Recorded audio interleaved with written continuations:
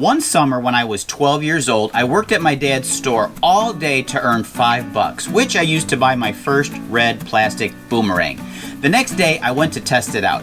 Keep in mind that I grew up in Chicago, where houses are about 6 feet apart and there's a tree in front of every home. I think you kind of know where the story's headed.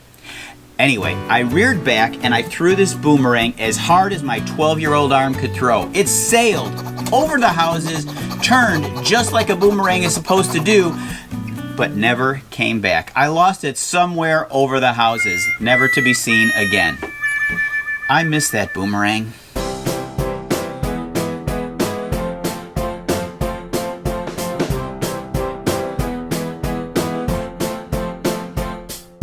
So since that day when I was 12 years old, I've always wanted another boomerang. So today on Alley Pick, I'm going to show you how I made this really cool boomerang out of a piece of scrap wood.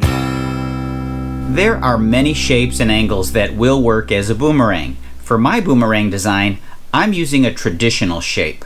I'll make a template out of this plastic sign, which I picked out of the trash from AutoZone. Here are my dimensions for a traditional boomerang. You should be able to copy this by pausing the video and drawing your own. To build this, I'm using a piece of scrap plywood. There are a lot of poorly made plywoods, like this piece where you can see the outside layer pulling away from the center core. Either avoid this part or glue it back down. The green you see here is where I cut the airfoil. I trimmed it quickly using a belt sander. Make sure it does not come to a sharp edge. This is where your hand will release it for throwing. So leave a flat edge of about 1/16 of an inch.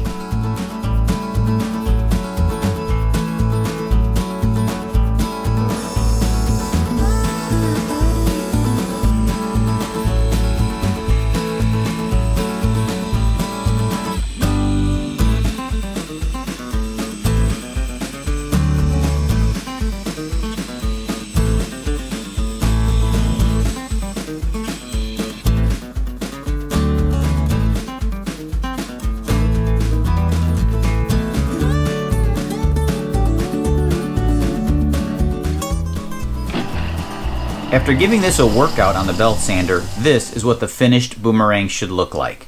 The bottom has no rounded edges, it remains flat. The top side has rounded edges as well as the two airfoils.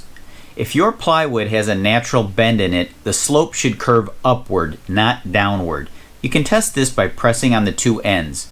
You don't even need any paint or finish on your boomerang, but for me, I'm going to use 2 coats of unwaxed shellac as a sealer, sanded in between the coats, followed by a couple of coats of paint, then topped off with a couple coats of polyurethane, also sanded in between.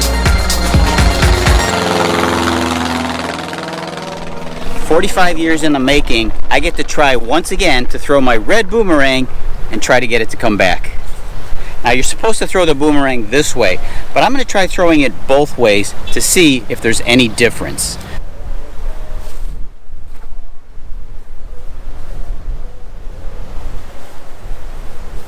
Here it comes.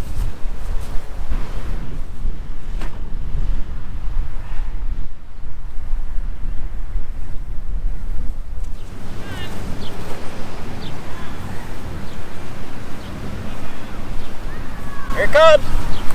Yay!